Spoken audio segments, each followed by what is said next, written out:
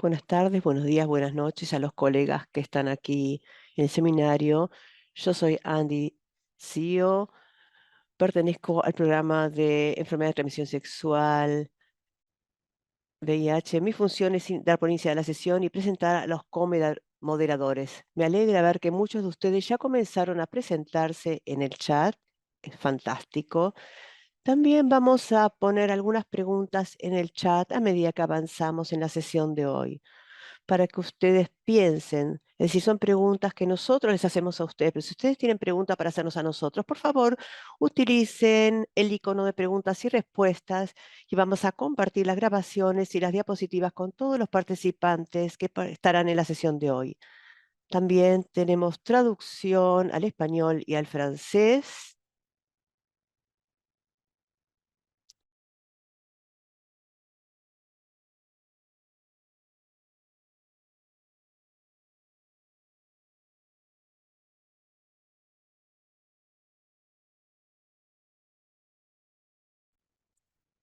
Para que ustedes puedan ir cambiando idioma según necesitan. Tenemos una excelente sesión de 90 minutos. Quiero agradecer a los coorganizadores de este webinario, a la OMS, a Unitaid, a la IAS, al Medicines Patent Pool. Gracias a la IAS por ayudarnos con esta plataforma de Zoom y con el apoyo de traducción simultánea. Se los agradecemos muchísimo. Voy a presentar brevemente a los moderadores del día de hoy. En primer lugar, quisiera presentar y dar una cálida bienvenida a Birgit Poniatowski, que es directora ejecutiva de la Sociedad Internacional de SIDA desde hace 3 años y tiene más de 20 años de experiencia en salud pública y desarrollos internacionales. Y además de Birgit, tenemos a Esteban Burrone, que está a cargo del Medicines Patent Pool y lidera las alianzas y los desarrollos internacionales. Esteban también tiene más de 20 años de experiencia en salud pública.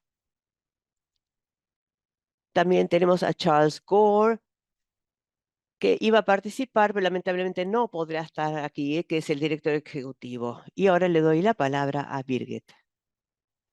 Muchas gracias, Andy. Quiero darles una cálida bienvenida a todos los que están participando en forma remota en el día de hoy.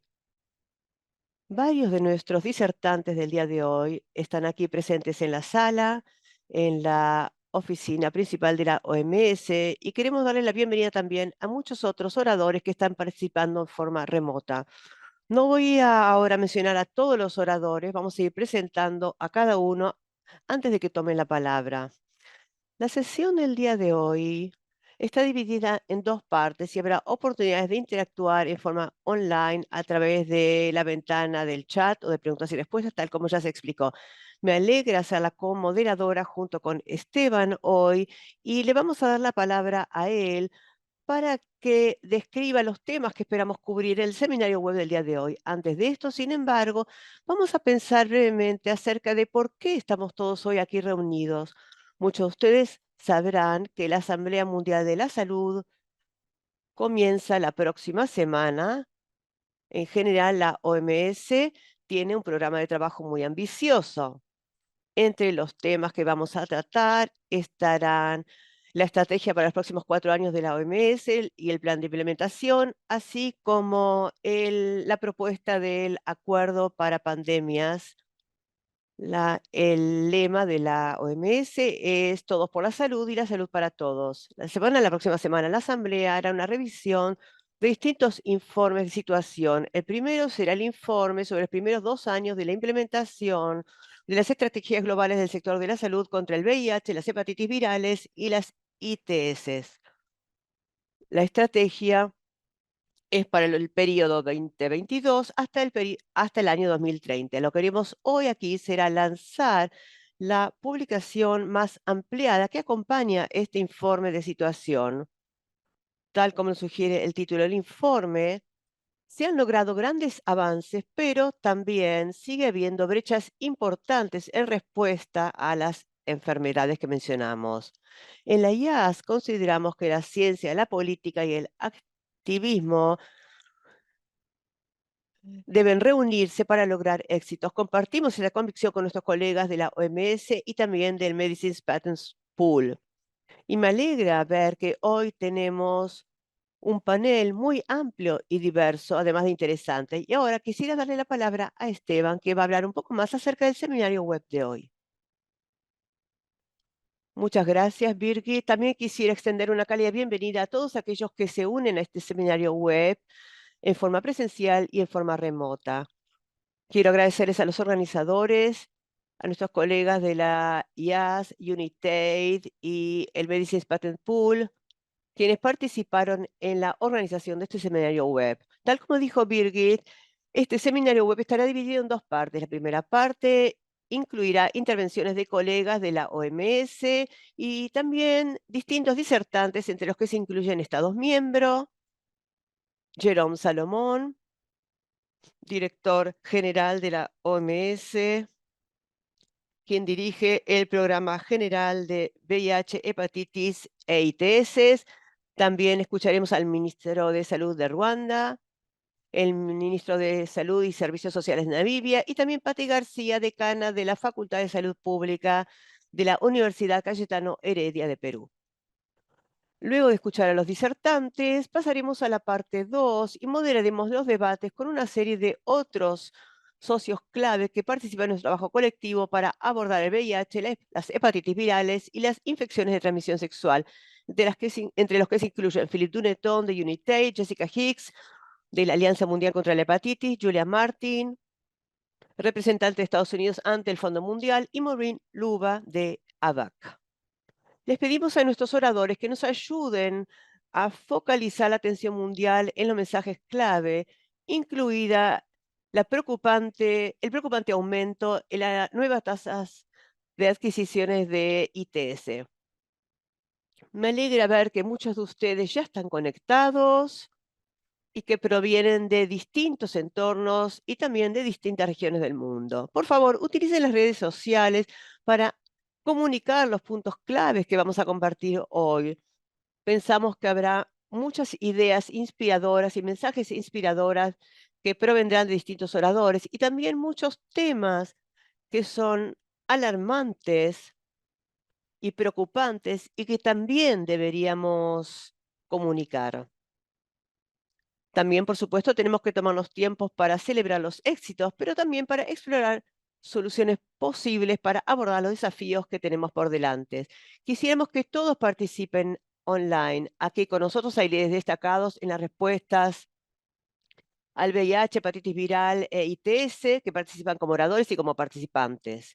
También tenemos una función de preguntas y respuestas en la plataforma y los colegas de la OMS, la IAS, MPP y Unitaid están dispuestos para responder las preguntas en tiempo real. También esperamos que ustedes utilicen la función de chat para explorar las siguientes dos preguntas. En primer lugar, ¿cómo podemos aumentar la visibilidad, la voluntad política y el activismo de la comunidad para acelerar las acciones en las distintas áreas de las enfermedades a las que nos referimos hoy?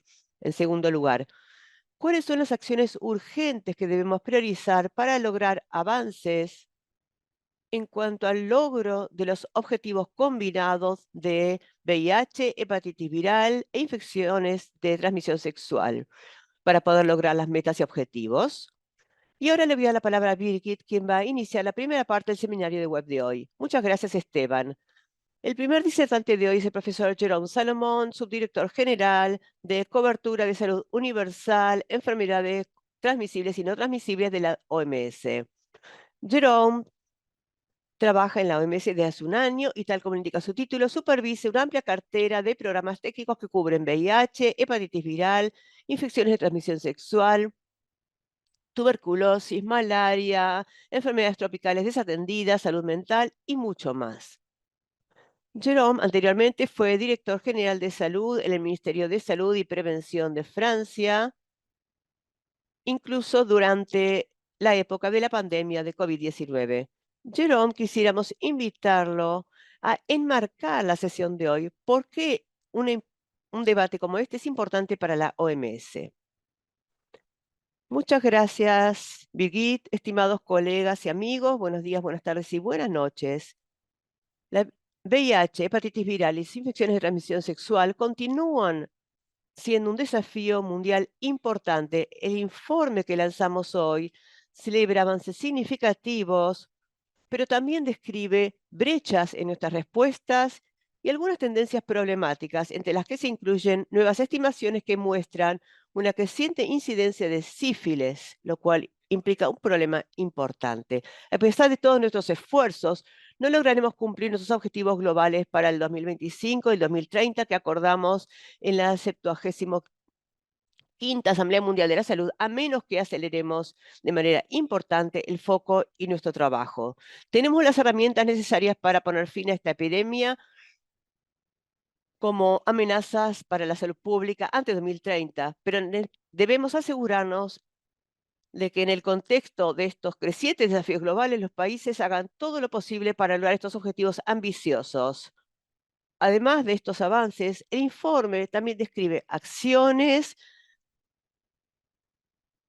Los equipos dedicados en la Casa Central, las oficinas regionales y en los países han demostrado claramente que deben trabajar con los socios para desarrollar y diseminar orientación importante para lograr asistencia oportuna, brindar apoyo en la recolección de datos y el análisis y para alentar y fomentar la innovación. Este trabajo requiere una colaboración continua y reforzada de aquí en adelante con los países, las organizaciones multilaterales, el sector privado, el sector académico y quizás, lo que es más importante, con las comunidades y la sociedad civil. Me entusiasma ver que hoy tenemos oradores de un amplio, una gama muy diversa de entornos para celebrar los logros y reconocer dónde tenemos que focalizarnos ahora. Trabajamos con éxito cuando trabajamos juntos. Gracias. Gracias, Jerome. Ahora quisiera darle la palabra a Meg Doherty, quien es directora del Departamento de los Programas de VIH, hepatitis e infecciones de transmisión sexual. Meg trabaja en este campo desde hace más de 30 años, incluido el liderazgo del trabajo normativo programático de la OMS para la expansión del tratamiento del VIH a todos y para reducir las desigualdades en el acceso. Meg, ¿podría orientarnos y describirnos cuáles son los puntos principales y los mensajes claves del informe? Muchas gracias, Birgit. Me alegra mucho poder presentar este informe que sin duda reúne el trabajo de muchas personas diferentes. Y aquí vemos los mensajes principales del informe que voy a presentar en nombre de todos. Es un equipo formado por 10 o 20 personas que han trabajado muchísimo para armar este informe. Y lo importante es que estamos cerca de la Asamblea Mundial y por tanto esta es una oportunidad que tenemos para ver lo que hemos hecho hasta ahora. En los primeros años hemos trabajado en las estrategias VIH, hepatitis virales, e infecciones de transmisión sexual. Y tal como dijimos, vamos a ver las brechas y los avances. Y como habrán escuchado, es un panorama combinado. En este marco se ha desarrollado a nivel global y luego se ha diseminado en las regiones y en los países. Y hay acciones que deben llevar a cabo los países miembros, la OMS y otros socios en todo el mundo. Es un marco que apunta a definir los indicadores de cobertura, los hitos en materia de políticas y ahora queremos asegurarnos de que estamos mirando hacia el futuro y de que si vemos algún desafío podemos tomar acciones de manera temprana. Los nuevos datos, hoy saldrá una gacetilla de prensa y los primeros datos tienen que ver con sífilis. A partir del informe, y los alentamos a todos a mirar el informe, a abrirlo y a ver los datos que incluye. Hay capítulos sobre VIH, hepatitis viral, ITS y también aspectos comunes y un capítulo sobre rendición de cuentas. En términos generales, las enfermedades no están cayendo rápidamente. El informe muestra que todos los años se producen 2,5 millones de muertes a causa de estas tres enfermedades y a principios de este año, en un informe global sobre hepatitis, se informó que las causas relacionadas con la hepatitis están generando 1,3 millones de muertes. Las nuevas infecciones no están cayendo con la suficiente rapidez tampoco. Tenemos datos de 2022 para VIH, que no son nuevos. Esto se actualizará a medida que lleguen los nuevos datos en julio de 2023, perdón, 2024. Pero tenemos nuevas infecciones, 1,2 millones en el caso de hepatitis B, 1,3 millones en el caso de hepatitis C. Y quiero que presten atención a la sífilis. En términos generales, estamos observando que aumentan a raíz de 1 millón de infecciones nuevas en sífilis.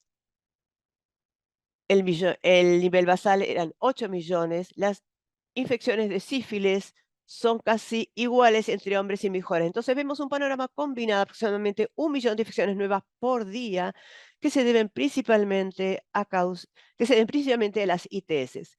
Nuevas infecciones a partir de hepatitis. Acá también tenemos un panorama muy combinado. En el caso de hepatitis B, vemos una leve caída en la tasa de infecciones nuevas, perdón, pero un aumento, si se fijan aquí, esta tendencia en las muertes por hepatitis B. En el caso de la reducción de hepatitis C, caen las infecciones, pero las muertes a causa de hepatitis C se mantienen estables. Creo que no hicimos lo suficiente en materia de cobertura y pruebas como para poder realmente cambiar esta tasa de mortalidad. En el caso de la hepatitis tenemos una situación especialmente difícil porque tenemos tanto una vacuna para hepatitis B como una cura para la hepatitis C.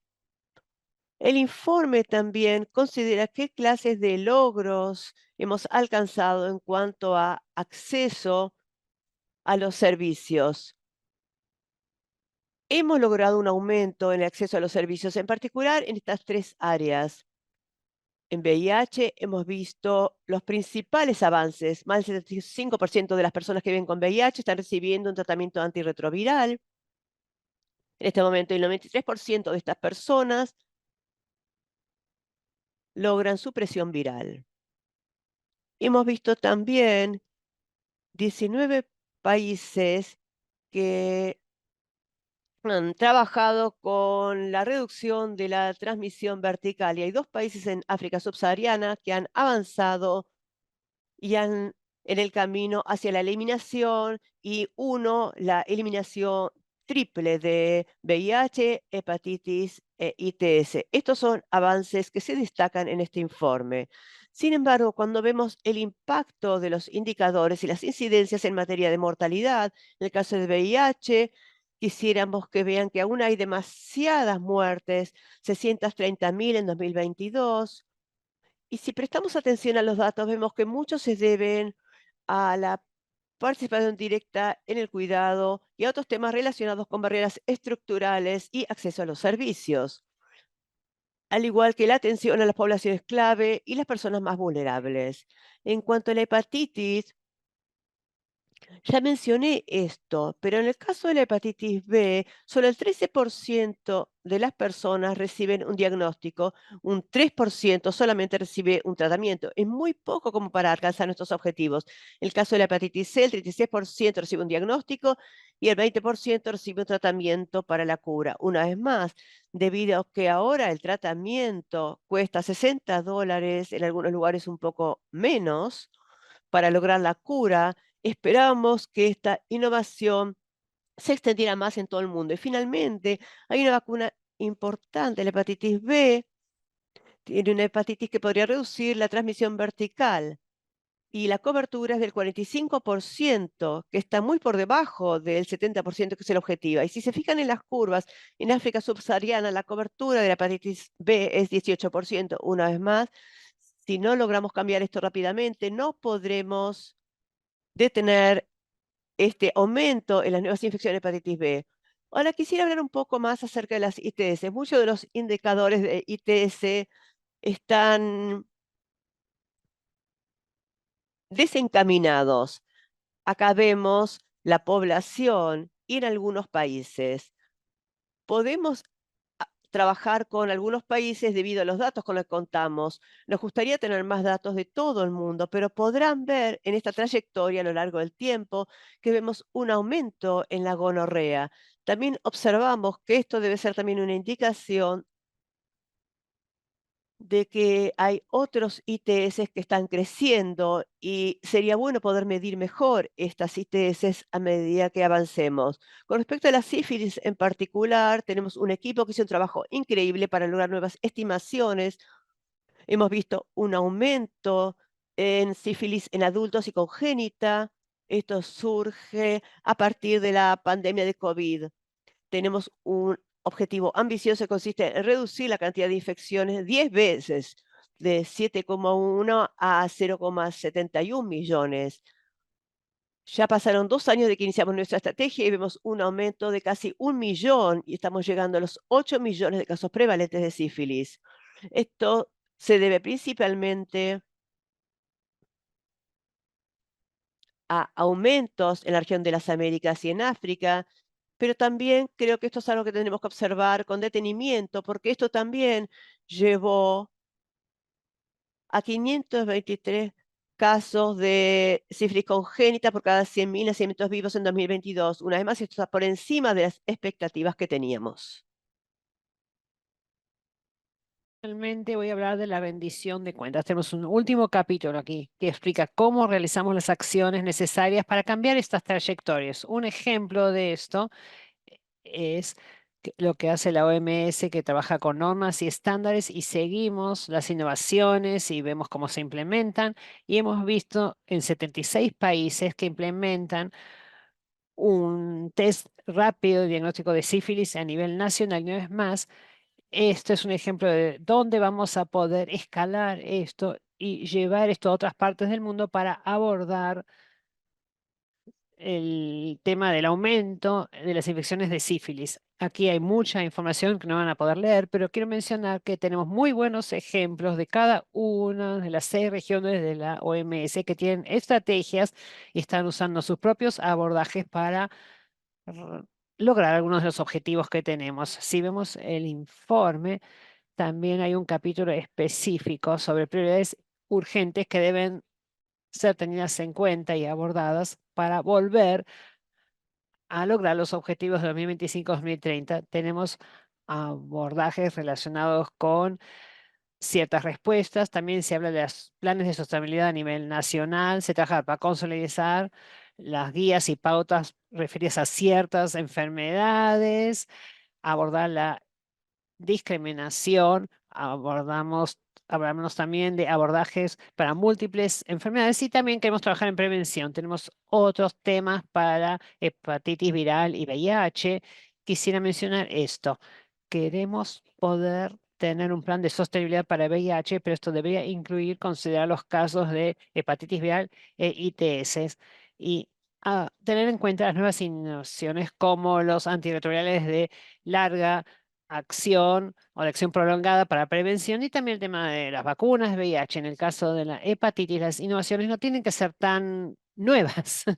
Tenemos innovaciones ya, tenemos una vacuna, tenemos una cura. Entonces se trata más bien de ver cómo ayudamos a los países a tener acceso a esto, a estas herramientas. Y también debemos descentralizar el trabajo que estamos haciendo allí. Finalmente, el caso de ITS, bueno, cuando hablamos de esto, es la epidemia o la pandemia y ignorada.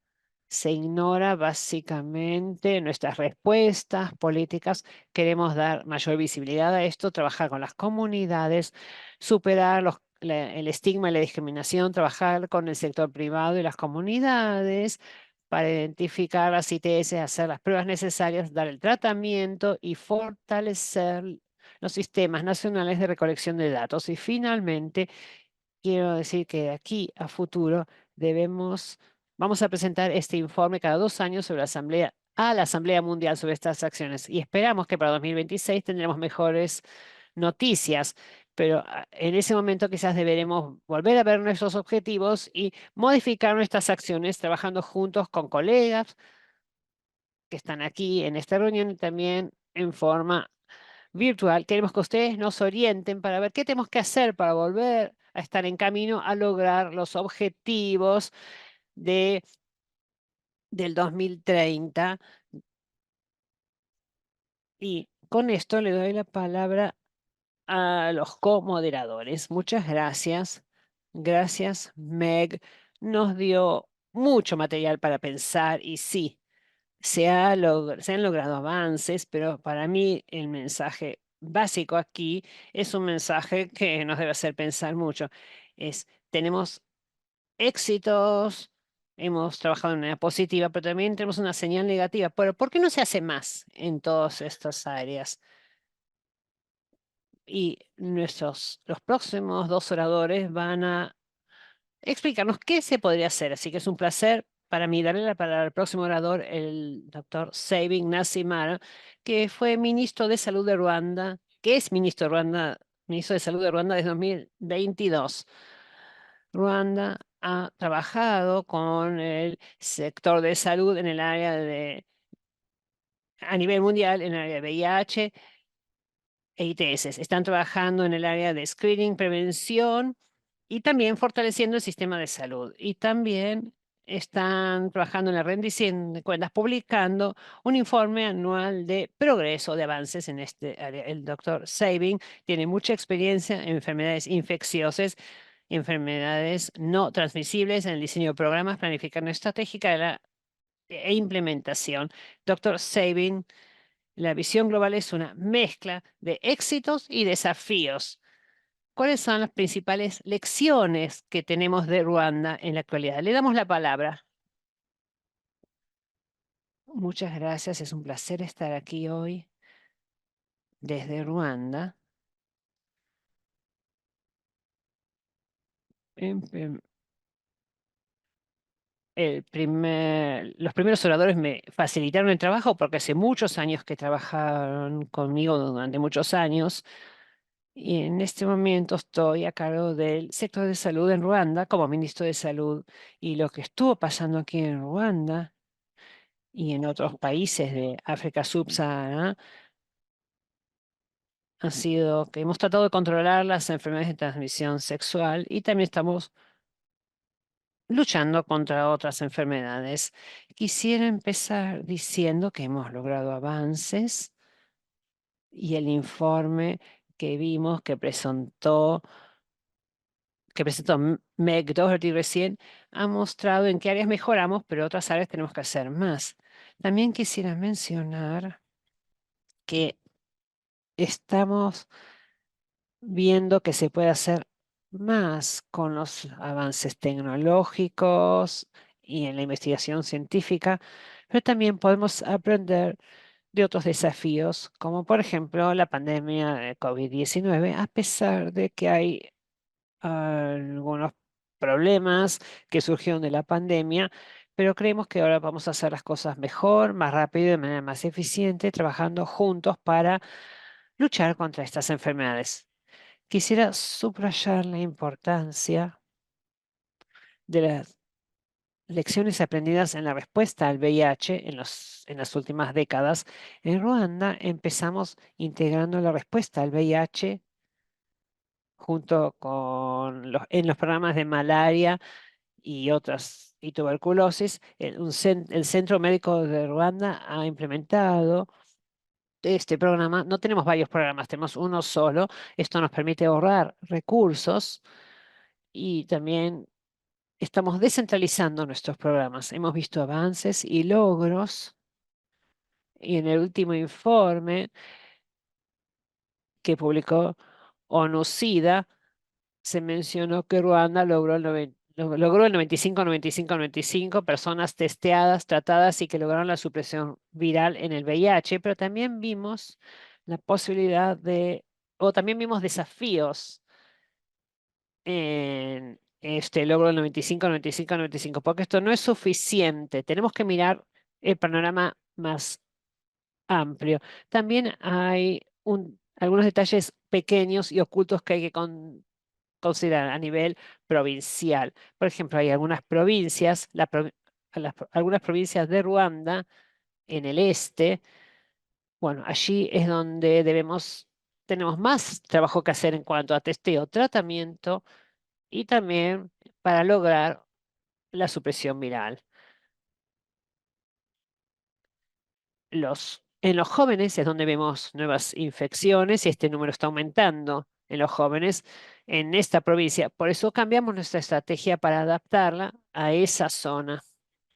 Entonces, si consideramos estos niveles de programas y datos, esto nos ha ayudado mucho y seguramente esto es el próximo paso para lograr o controlar, de hecho, la epidemia de hepatitis viral, tuberculosis, VIH y otras enfermedades infecciosas.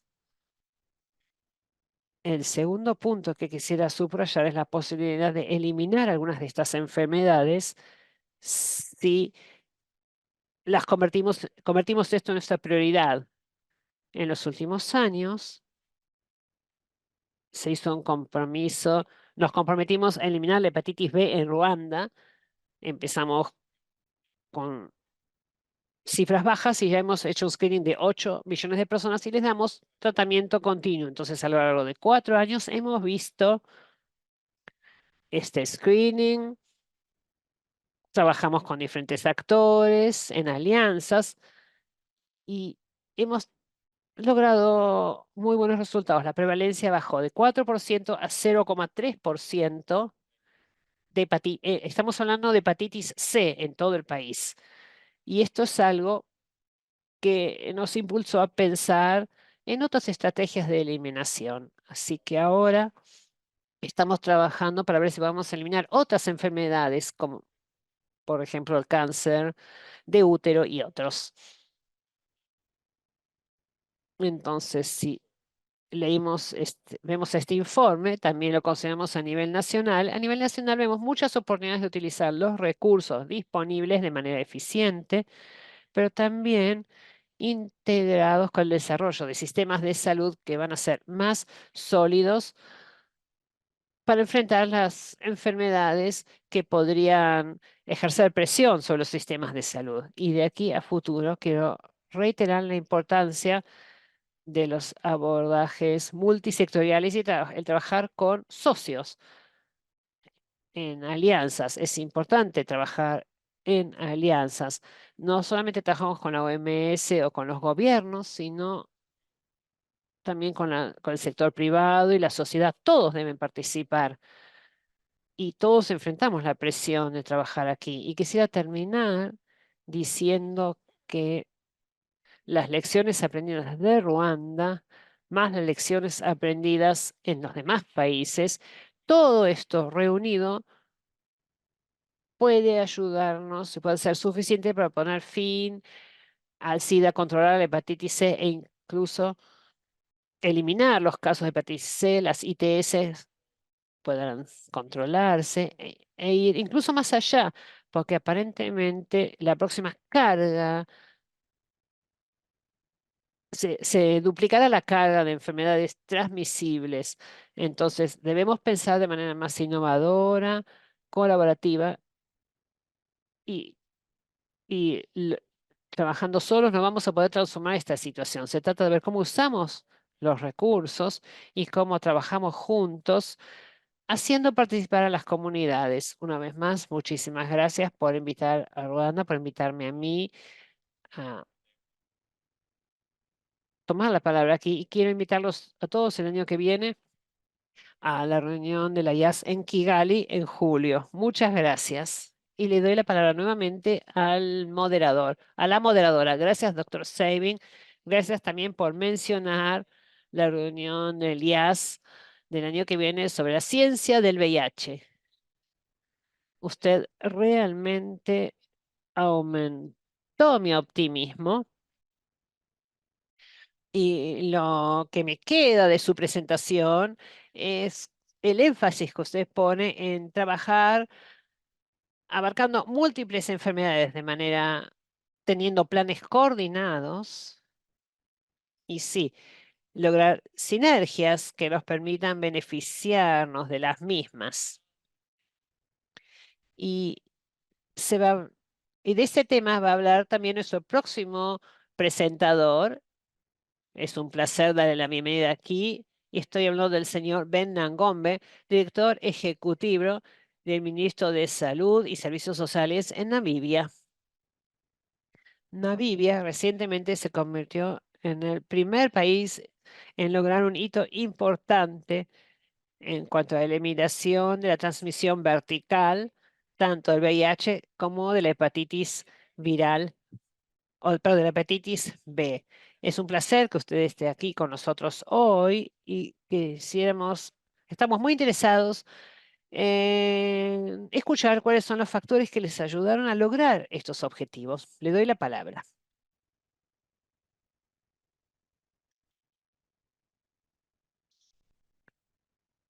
Muchas gracias por darme la palabra.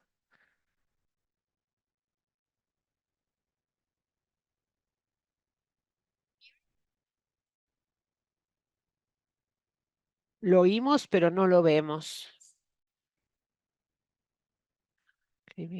No, tampoco lo oímos bien.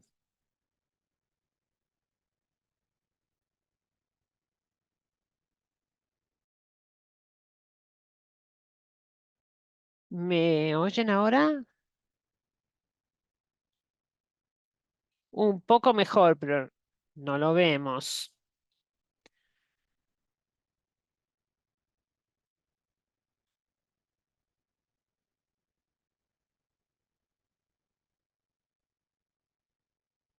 Tengo la cámara encendida y tampoco lo oímos bien. Le pedimos que desactive la cámara y lo vamos a escuchar solamente si le parece bien. Vamos a usar solamente el audio. Bueno,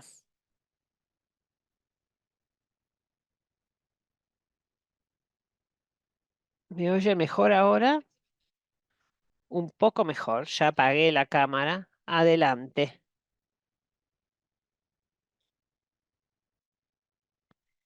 Estaba diciendo que Namibia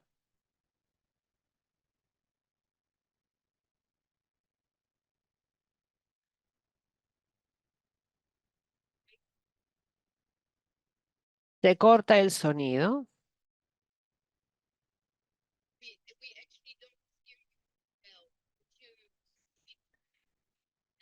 No lo estamos escuchando bien. ¿Podría volver a conectarse? Salir y volver a conectarse. Voy a intentarlo.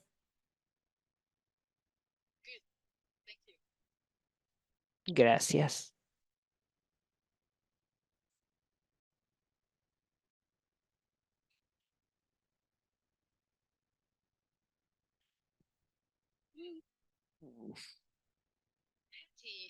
Bien. Patty, si está en línea ahora, vamos a cambiar el orden de las presentaciones y le vamos a dar la palabra a usted, em, si le parece bien. Vamos, pasamos de África a América del Sur, de hecho a Perú, y es un placer presentar a la próxima disertante, Patty García, decana de la Facultad de Salud Pública en la Universidad Cayetano Heredia en Perú. Patty también fue ministra de Salud de Perú y es una líder reconocida en el tema de salud pública, especialmente con un foco en ITS. Algo que vimos es la diferencia entre las ambiciones globales en cuanto a la reducción de las ITS y lo que pasa en el terreno. Realmente es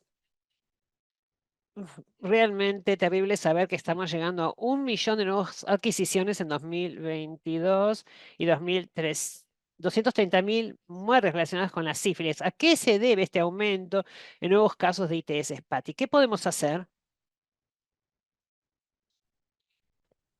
Muchas gracias. ¿Me escuchan bien? Excelente. La escuchamos bien. Excelente. Buenos días desde Lima, Perú. El aumento de las ITS es más que preocupante. Asusta, es frustrante. Las ITS han sido ignoradas y han sido la cenicienta de las infecciones. Y el aumento de estas infecciones en todo el mundo se debe a un juego complejo entre diferentes factores. desde los cambios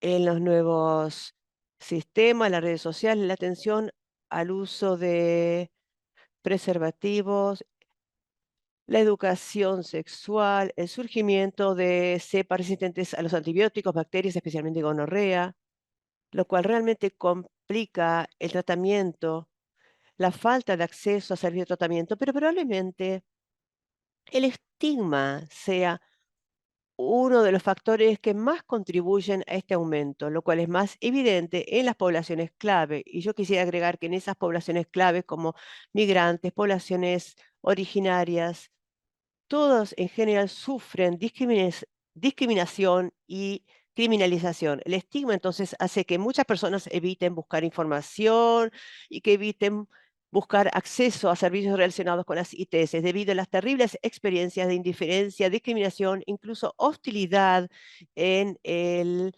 sistema de cuidado de la salud. La pregunta entonces es, ¿qué podemos hacer?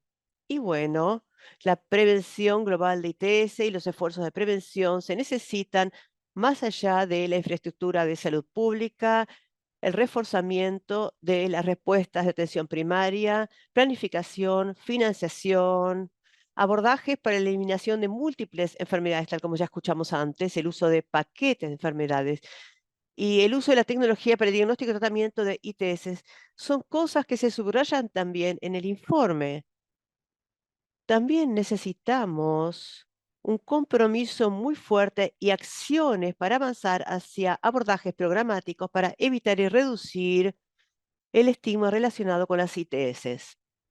Y esto requiere la implementación de 4 prácticas clave que yo creo que deben subrayarse y deben implementarse en todos nuestros países. En primer lugar, los abordajes centrados en las personas. Esto se ve en el informe y lo aplaudo. Estos abordajes centrados en las personas están relacionados con las prácticas sistemáticas que enfatizan la comunicación, individualidad, autonomía, la dignidad de las personas que reciben servicios de ITS con un tratamiento respetuoso y no obligatorio llevado a cabo por personal capacitado en esta área. Esto implica invertir en recursos humanos, en la formación de recursos humanos, para que el abordaje esté más centrado en las personas. La segunda práctica clave es la positividad. Esto se refiere a políticas y abordajes que reconocen la diversidad sexual como una norma saludable, que reconoce la sexualidad como un elemento vital que tiene que ver con la individualidad y con el bienestar de las personas. La tercera práctica es el cuidado informado en función del trauma, o servicios informados que deberían poder responder a las consecuencias complejas de la violencia sistémica interpersonal, así como la discriminación que sufren las personas que más necesitan servicios relacionados con ITS.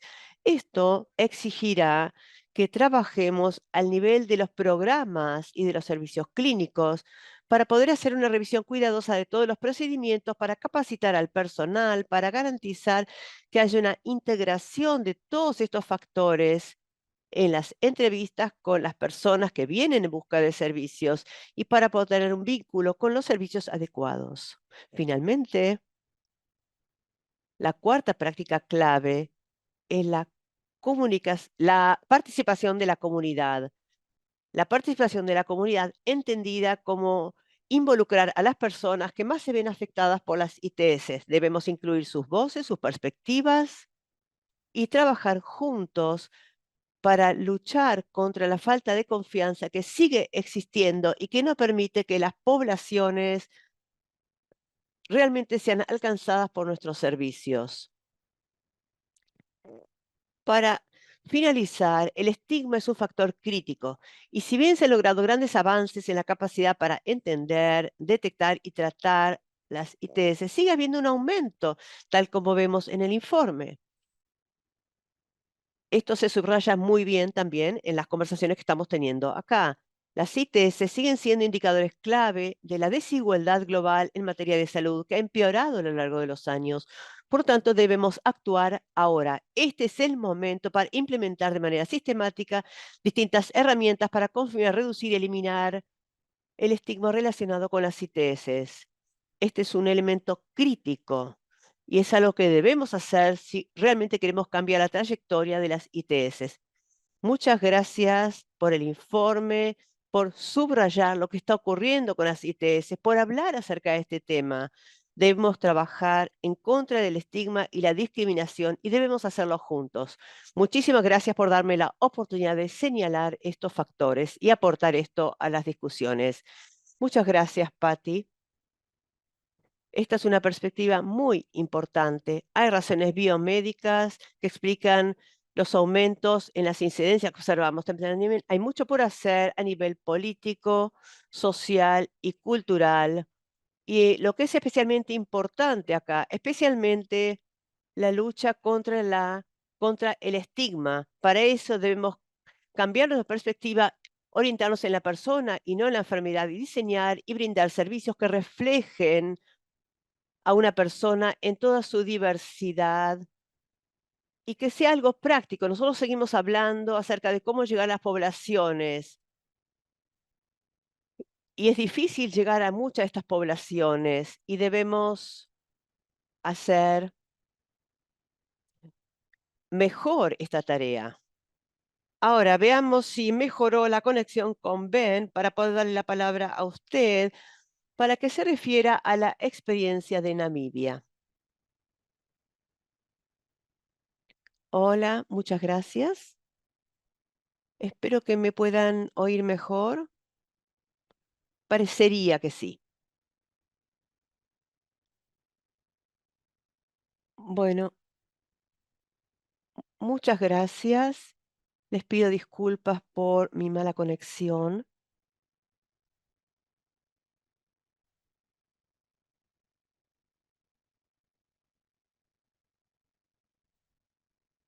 Namibia anticipa, pedimos disculpas, pero la conexión no es buena.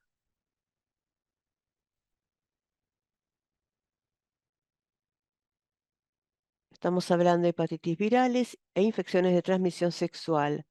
Namibia ha adoptado la estrategia global del sector de la salud contra el VIH,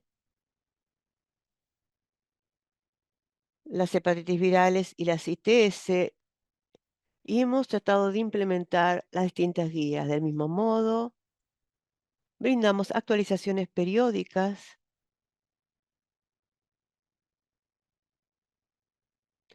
a nuestros trabajadores de la salud, quienes desempeñan también un papel crítico en materia de incidencia, digitalización y educación de la comunidad,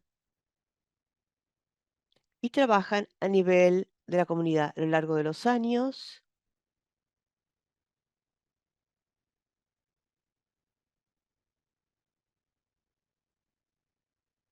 Pedimos disculpas, pero el audio se interrumpe.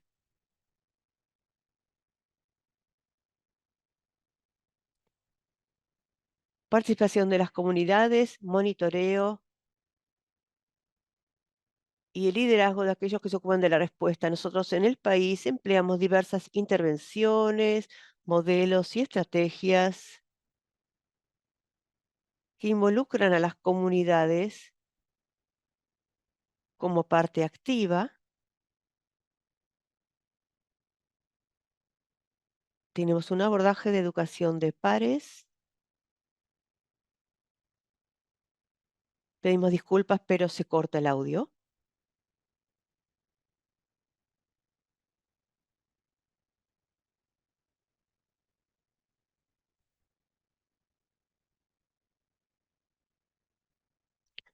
Representación en el Comité Ejecutivo Nacional de SIDA.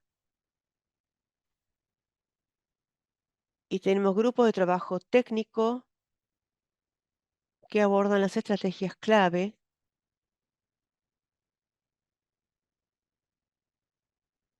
Pedimos disculpas, pero vuelve a cortarse el audio.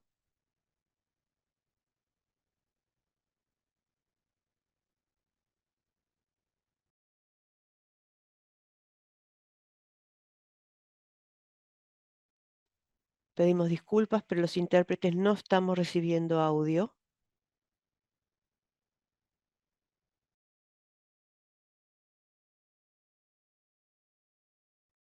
No escuchamos a quienes están hablando en la sala. ¿Podrían habilitar su micrófono, por favor? Entonces, le pedimos disculpas, Ben. Vamos a tener que interrumpir aquí por ahora y pasar a la segunda parte de nuestra reunión del día de hoy. Esteban nos va a guiar, de modo que le doy la palabra a Esteban. Muchas gracias, Birgit. Hemos tenido una primera parte de este seminario web muy interesante, con muchos datos y experiencias muy interesantes. Quiero agradecer a la OMS por haber hecho todo el trabajo para recopilar estos datos. La imagen que describen estos datos es decepcionante en algunas áreas en particular, pero también sé que tenemos las herramientas para poner fin a la epidemia. Y este es un tema que se ha destacado. Por tanto, me interesaría mucho preguntarles a los siguientes panelistas si nos pueden decir a qué debemos hacer para llegar a la respuesta al siguiente nivel y para volver a encaminarnos con nuestros objetivos. Quisiera señalar que la función del chat parece estar muy activo, lo cual es fantástico, hay mucha interacción allí y también quiero invitar a la gente a hacer preguntas específicas. Escríbanlas, por favor, en la ventana de preguntas y respuestas que está disponible en la barra de herramientas de la plataforma y nuestros colegas aquí de la OMS y de otros socios tratarán de responder esas preguntas.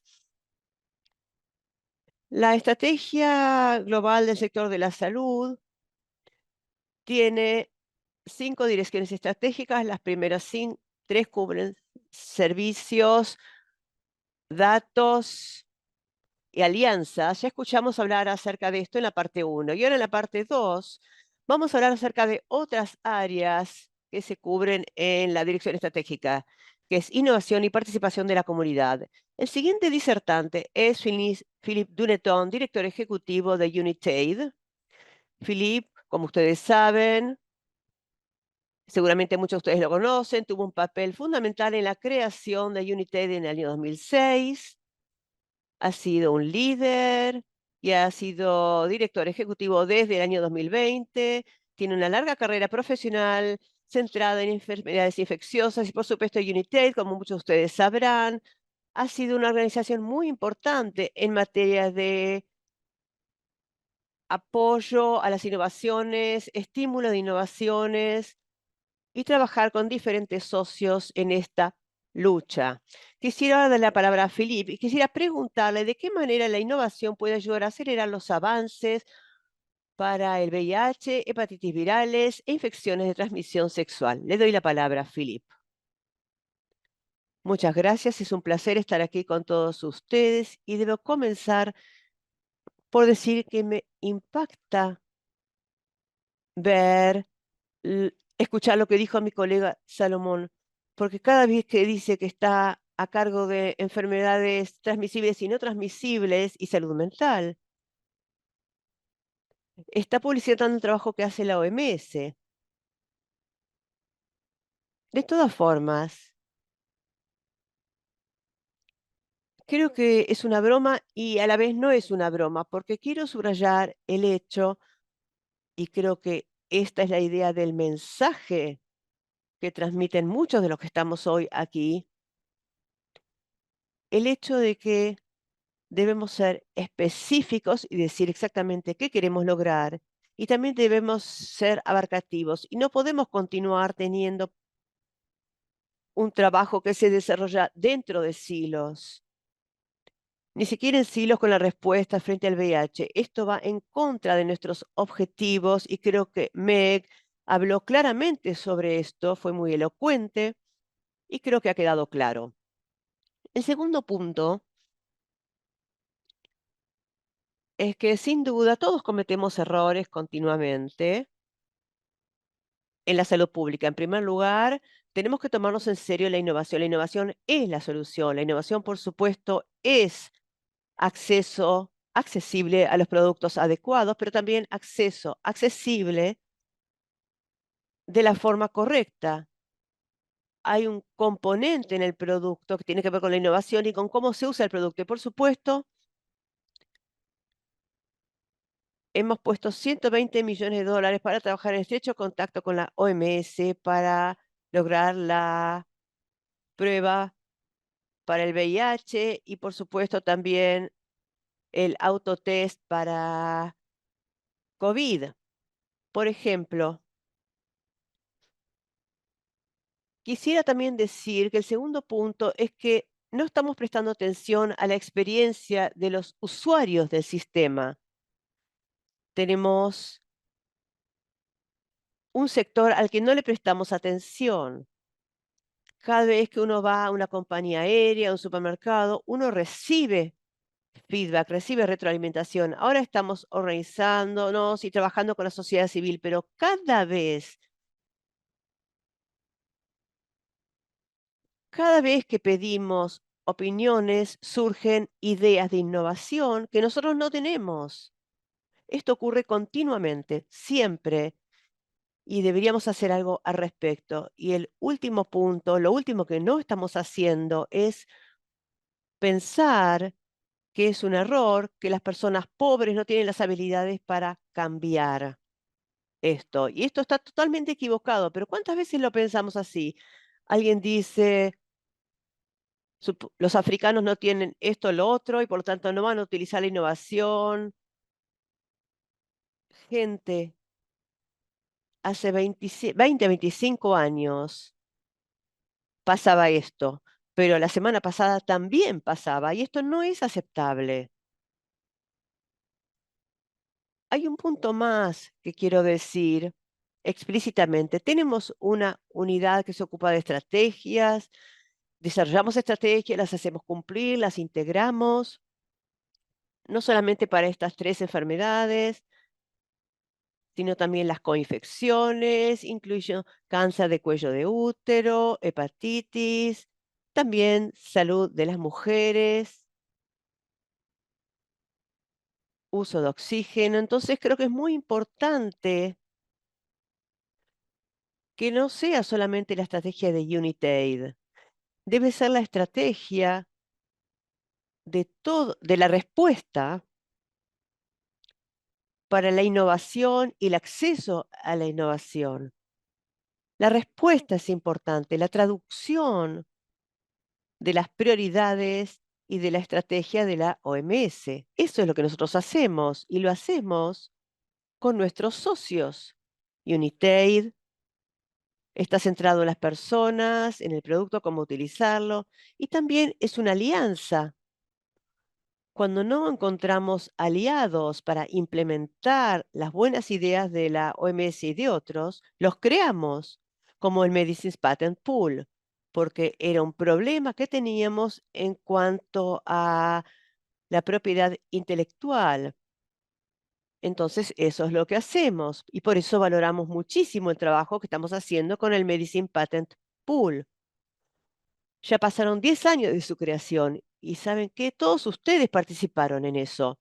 Estamos juntos para ofrecer servicios más rápidos, de mejor calidad, y estamos juntos con la gente de Camerún, en donde comienza la parte clínica, los ensayos clínicos para demostrar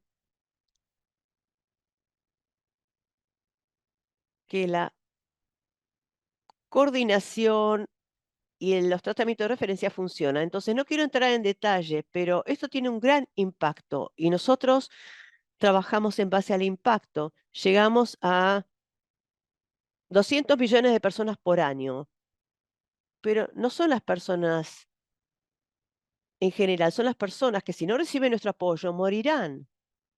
Los pacientes pediátricos son pacientes que tenemos en común.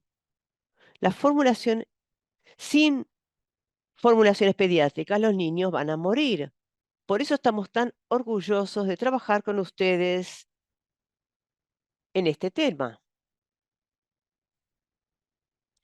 es una aceleración.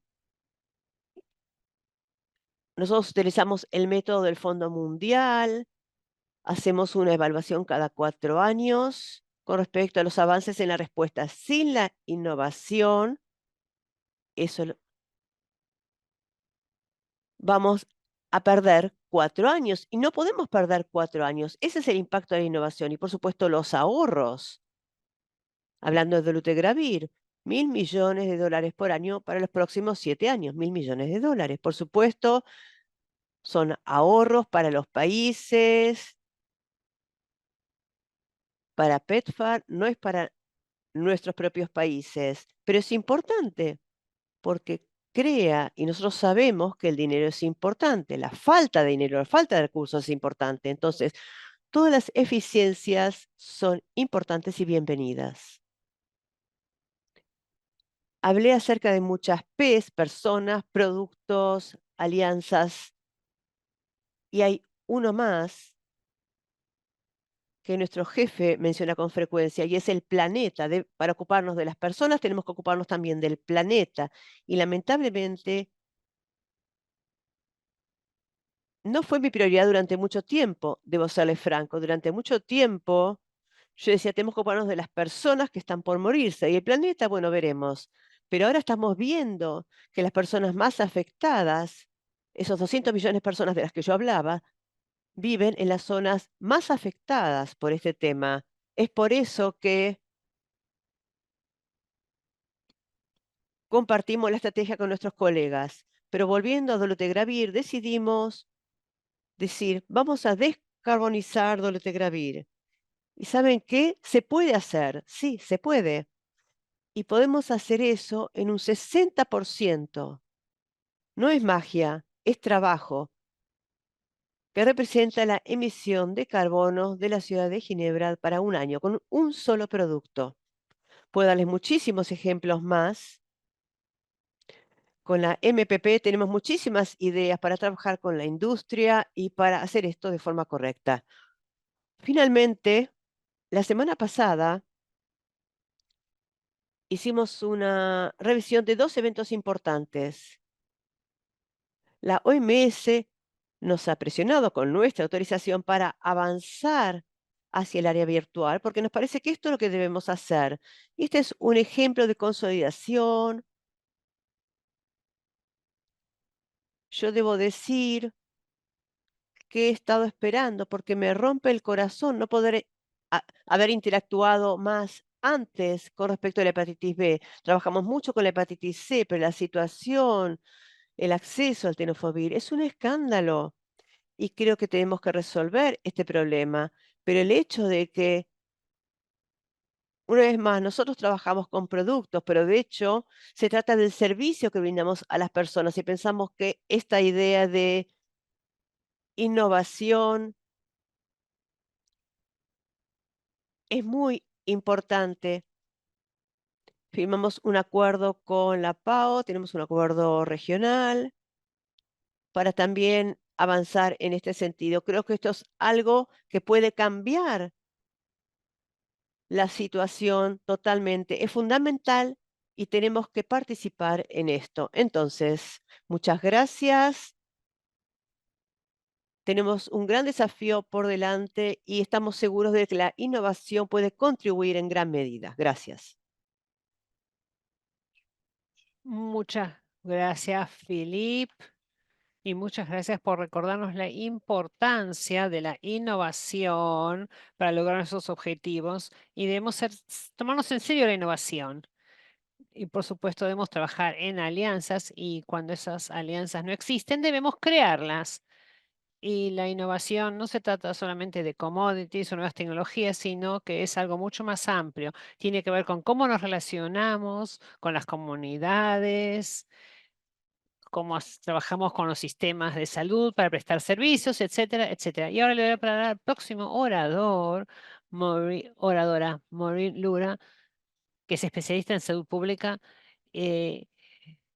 De Malawi, que trabaja en salud pública, trabaja en políticas globales en ABAC, monitorea diferentes programas y dirige eh, intervenciones en el área de salud con Kubersmith y otros, Morid, ¿cómo podrían las comunidades participar en lo que se está haciendo, usar los datos que existen y generar otros datos para asegurarnos de que estemos creando un entorno donde los socios y todas las partes interesadas puedan pedirle rendición de cuentas, pedirse rendición de cuentas entre sí? Gracias.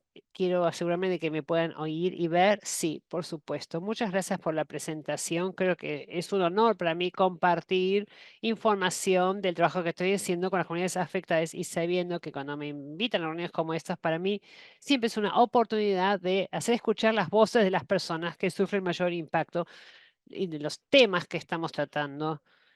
Para las comunidades siempre es alentador ver que se las reconocen como actores clave y como socios en la implementación de programas, en el desarrollo de políticas de salud, y hablo de importancia de hacer participar a las comunidades. Y cuando hablamos de los objetivos del 2022-2030 y las estrategias para este periodo, unos objetivos es hacer participar a las comunidades y a la sociedad civil. Esto es algo muy importante y por supuesto hay muchas formas en las cuales las comunidades pueden ser empoderadas, más allá de darles financiamiento y de darles un lugar para hacerse escuchar. Yo creo que estamos viendo cada vez los mayores requerimientos de evidencia para tomar decisiones informadas. Una de las herramientas más importantes para empoderar a las comunidades es darles acceso a los datos. Cuando las comunidades tienen acceso a los datos y a la información y también a las herramientas que necesitan para interpretar esos datos y entenderlos, se las empodera. ¿Qué pasa cuando les damos acceso a los datos, a la información a las comunidades? Hay muchas formas de hacerlo y de que usan esta información. Voy a mencionar dos porque hay poco tiempo. Las comunidades pueden utilizar esta información que les compartimos, datos de los programas, para identificar áreas en las cuales pueden complementar los esfuerzos gubernamentales. Esto puede ser, por ejemplo, datos de monitoreos de rutina donde hablamos de comunidades que son dejadas de lado o comunidades donde hay mayor cantidad de casos o lugares donde no se está trabajando bien. En las comunidades sabemos que nuestro rol no es hacer a todos responsables, pero sí tenemos un rol aquí. Tenemos que ayudar a brindar servicios, a llegar a estas poblaciones que son difíciles de alcanzar en lugares donde quizás el gobierno no llega y donde otros implementadores no llegan, pero también estamos allí para crear demanda para los servicios que se brindan, especialmente en lugares donde no se están utilizando los servicios. En el informe del que estamos hablando hoy, sabemos que en el área de las ITS, que las ITS están aumentando, se informan más casos y algunos estudios sugieren que el número de casos de ITS ha aumentado cuando hay un mayor acceso. Cuando no hay un buen acceso a PrEP, quizás en los casos de ITS caigan cuando hay mayor acceso a condones, por ejemplo. Tenemos que tener en cuenta las ITS. Pensamos que son una enfermedad del pasado, pero está aquí. Y aquí los programas de las comunidades se beneficiarían de la intervención de la comunidad. Se trata de crear conciencia para explicar por qué hay que seguir utilizando condones, incluso cuando tenemos PrEP y otras estrategias de prevención de VIH. Por supuesto, esto es solo un ejemplo. Hay otros temas que podemos tratar cuando hablamos de ITS. Muchos países, incluso en mi país, todavía utilizamos el tratamiento de síndromes de ITS. Las personas ciertas personas que vemos que llegan a las instalaciones médicas con ITS, pero no todos llegan porque la mayoría de las ITS son asintomáticas. Necesitamos más centros de atención entonces y estamos celebrando que PrEP se ofrece aquí, la doxociclina, se utiliza en algunos países para el tratamiento de gonorrea, pero hay algunos estudios de resistencia que muestran que hay alta resistencia a este fármaco en los casos de gonorrea. Hay que considerar también esto. Cuando hablamos del doxiciclina, hay que pensar en la opción para prevención de las ITS. Además, cuando las comunidades tienen acceso a los datos y la información, podemos utilizar toda esta información para que para hacer a las autoridades responsables de sus actos y acciones. Esto suena como algo raro, pero no lo es. En última instancia, cuando las comunidades hablan de alianzas y trabajos conjuntos, todos tenemos el mismo rol, asegurarnos de las comunidades a las que prestamos servicios tengan acceso a los servicios que les damos, dónde los necesitan y cuándo los necesitan. Entonces, volviendo a su pregunta o la segunda pregunta con respecto a si las comunidades también pueden recibir ayuda, no, también pueden ayudar a crear datos que den más información sobre dónde están las brechas en cuanto al acceso a los servicios y la prestación de los servicios. Gran parte de los datos que recabamos a nivel de país se centran en general en los números, cuántas personas tuvieron accesos al screening de ITS, cuántos tuvieron acceso a screening de cáncer de úteros, etcétera. Pero la mayoría de las veces lo que no tenemos en cuenta es el por qué. Muchos de los informes de programas dicen, no explicamos bien por qué las personas no vienen a recibir los servicios. Y aquí es donde pueden participar las comunidades, porque trabajando diariamente con las comunidades podemos averiguar por qué las personas no vienen a recibir los servicios. Y esta información es clave si realmente queremos abordar las brechas de acceso existentes. En la mayoría de los lugares donde vemos que no se utilizan los servicios, no es que los servicios no están, muchas veces a veces no están allí, pero no se los utiliza. Quiero mencionar que en las últimas 2 semanas, junto con mis colegas aquí, participamos de 2 talleres, uno organizado por Global Fund y otro por la IAS, sobre el monitoreo del trabajo en la comunidad. La idea es reunir a representantes de la comunidad, de la sociedad civil, para hablar y encontrar formas en las cuales las comunidades pueden seguir generando datos a través de monitoreo encabezado por la comunidad para aportar datos a estos programas. Entonces, ¿qué es el monitoreo liderado por la comunidad? Las comunidades afectadas por estas patologías, ITS, VIH y tuberculosis, pueden dar información sobre acceso, disponibilidad y también sobre la calidad de los servicios en diferentes centros médicos, y hasta ahora el monitoreo liderado por la comunidad ha resultado ser una herramienta muy poderosa, y donde se utiliza este abordaje se pudieron detectar barreras estructurales de acceso a los servicios, especialmente para las poblaciones clave. Entonces, estamos trabajando con Global Fund, PEPFAR y otras organizaciones, pero necesitamos más financiamiento para implementar las estrategias de las que estamos hablando. Vamos a revisar algunas de estas estrategias en 2000 en los próximos años. Se trata de mejorar la participación de la comunidad. Necesitamos más inversiones para programas como monitoreo liderado por la comunidad, pero en última instancia no hay una solución que nos ayude.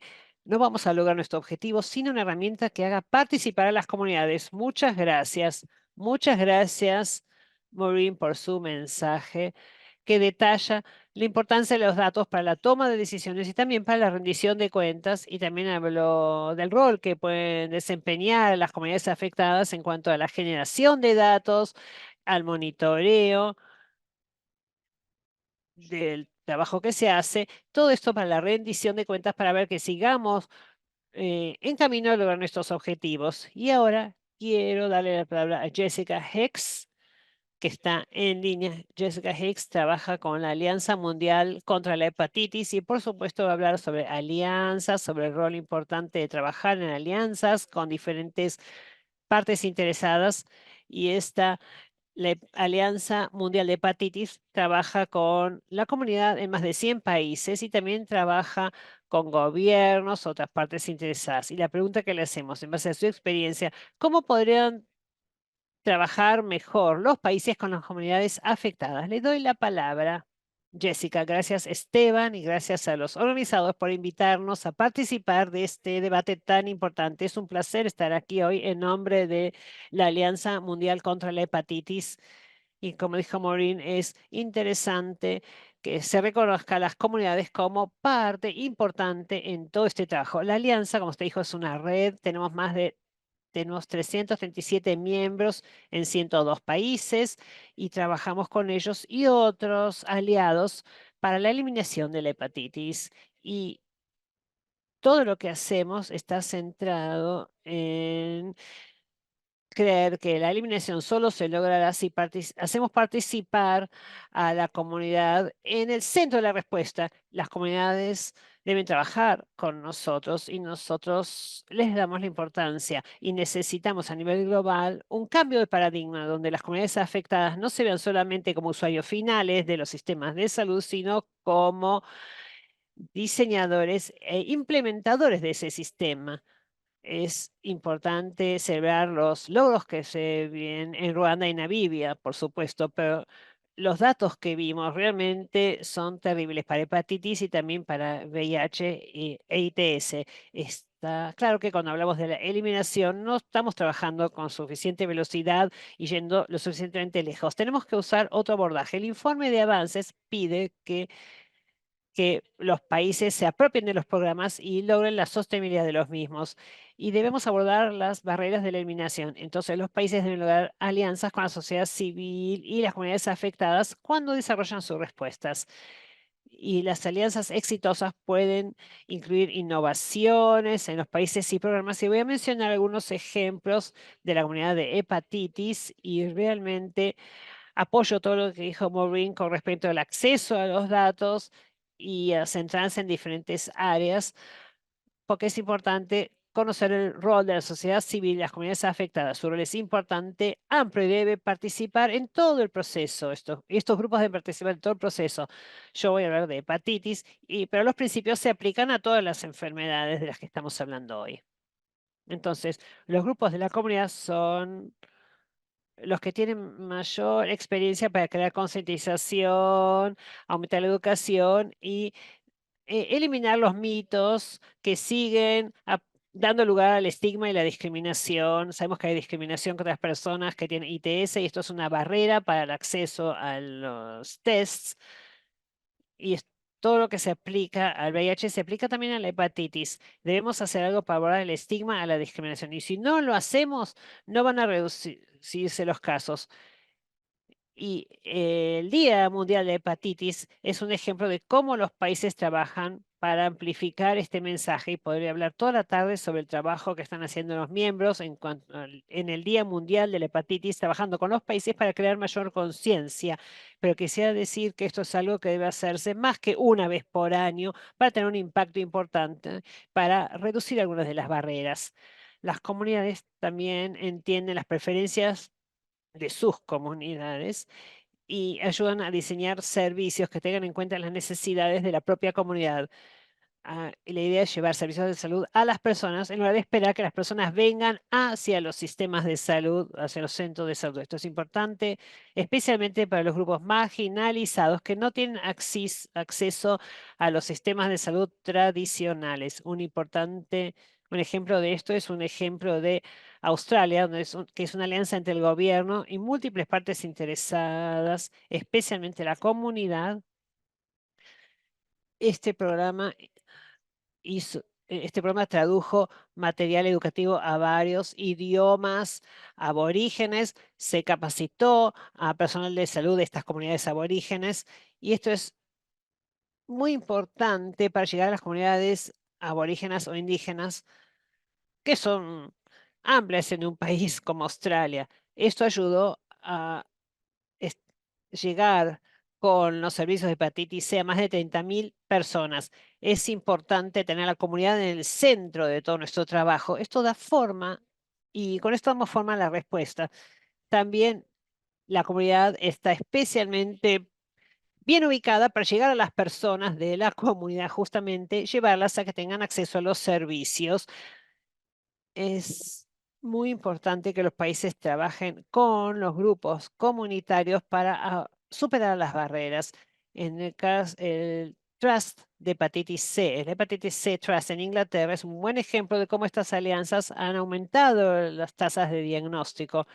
Trabajan en las comunidades y en las prisiones para encontrar a las personas testearlas y brindarles el tratamiento. Tuvieron mucho éxito. En 2023 testearon a más de 24.000 más de 25.000 personas, perdón, y esto es parte de la respuesta nacional. El gobierno reconoce y financia este trabajo como parte de su programa nacional. Y creo que este punto final es muy importante porque todo esto no puede darse sin financiamiento. Y si un país trabaja con los grupos de la comunidad, debe asegurarse de que se priorice el financiamiento para estos grupos dentro del Plan Nacional del país, de manera que se pueda brindar una respuesta con los recursos necesarios. Y finalmente quisiera señalar que hoy en día, hoy estamos hablando de 3 enfermedades que pueden evitarse, curarse o tratarse. Sin embargo, hay millones de personas que mueren todos los años por estas enfermedades. Esto no es aceptable. Estamos fallando a las personas que viven con estas enfermedades. Entonces, debemos actuar de manera urgente y creemos que las alianzas entre países y el trabajo con los grupos de la comunidad bien financiados y empoderados nos ayudará a lograr una mejor respuesta y nos ayudará a lograr nuestros objetivos. Muchas gracias, Jessica, por su mensaje tan potente y por darnos ejemplos de tipos de alianzas, especialmente el rol que pueden desempeñar las comunidades en cuanto a llevar los servicios a las personas y en cuanto a dar forma a la respuesta de manera que la respuesta sea más adecuada para las necesidades de estos grupos que necesitan los servicios. Muchas gracias por compartir estos ejemplos y estas experiencias. Quiero señalar que no nos queda mucho tiempo, tenemos una panelista más. Mientras tanto, si tienen preguntas, quizás no podamos responderlas en vivo aquí. No las podrán responder los panelistas, pero por favor sigan escribiendo las preguntas en la ventana de preguntas y respuestas del Zoom. Y nuestros colegas aquí están tratando de responder en tiempo real. La idea es que ustedes tengan este espacio para interactuar con los expertos, pero quizás no tengamos tiempo para hacerlo en forma verbal. Ahora le quiero dar la palabra a Julia Martin, que tiene más de 25 años de experiencia profesional en el área de salud, centrada en salud pública global y VIH. Es asesora de salud senior y representante de los Estados Unidos en el Fondo Mundial aquí en Ginebra. Julia, el gobierno de los Estados Unidos está trabajando con el Fondo Mundial, la OMS y otros grupos, ayudando a los países a planificar para lograr la sostenibilidad. ¿Cómo los que están aquí pueden ayudar y contribuir a este trabajo? Y los desafíos, y cuáles son los principales desafíos y oportunidades a futuro.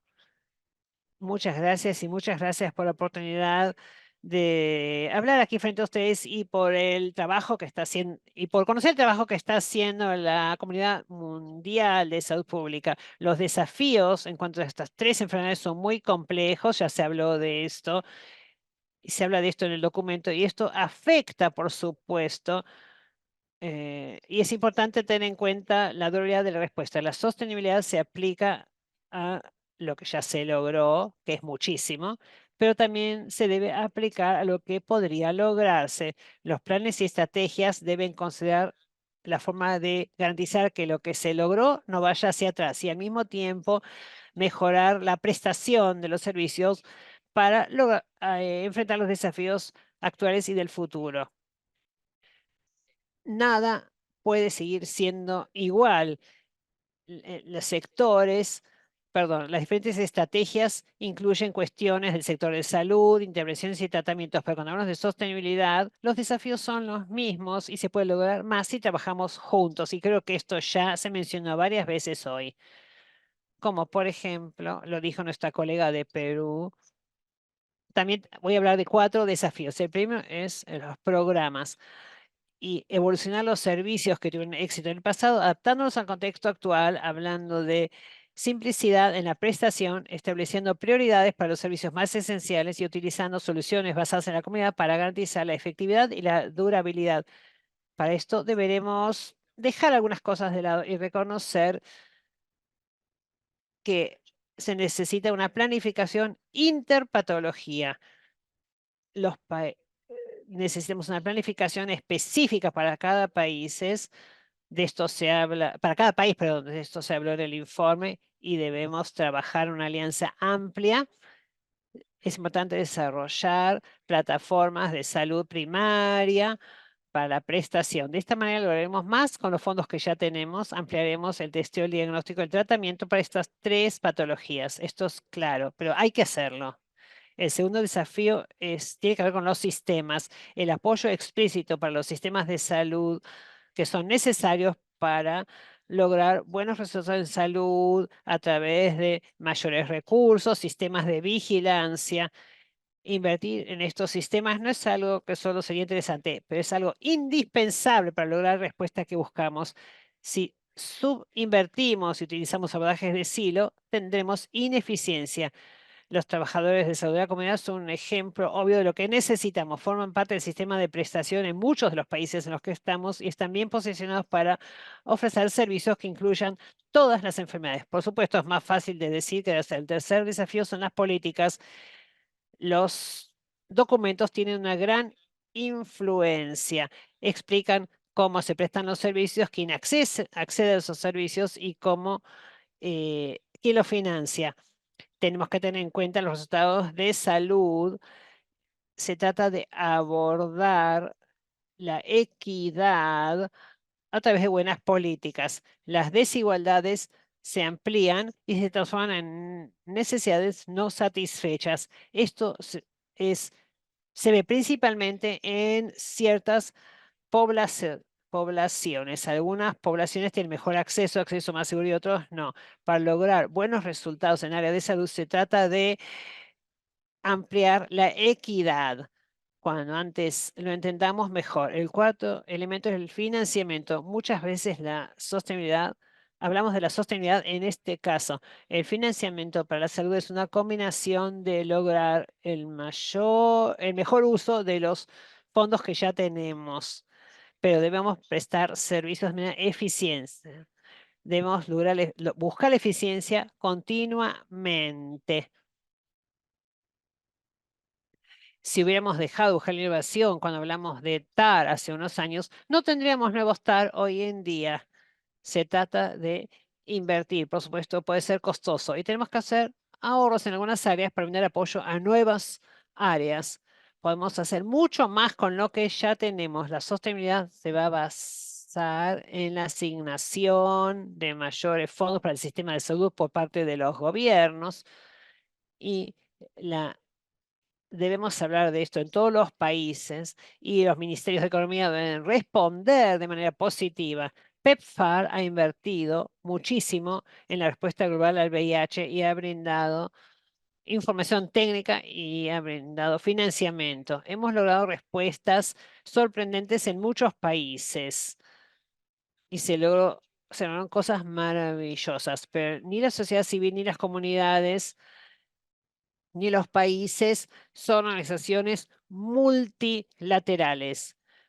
El Nadie quiere que el progreso se detenga. PEPFAR está comprometido a trabajar en la vía de sostenibilidad con los países y las comunidades, así como lo ha hecho en los últimos 20 años para aumentar la respuesta.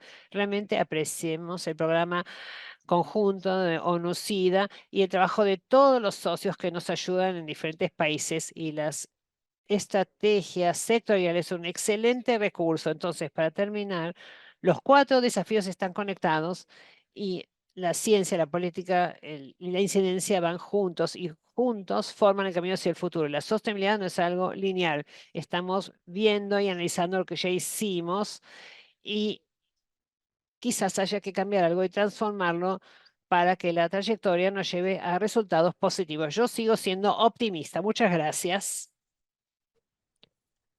Muchas gracias. Gracias por esa nota de optimismo que es muy importante.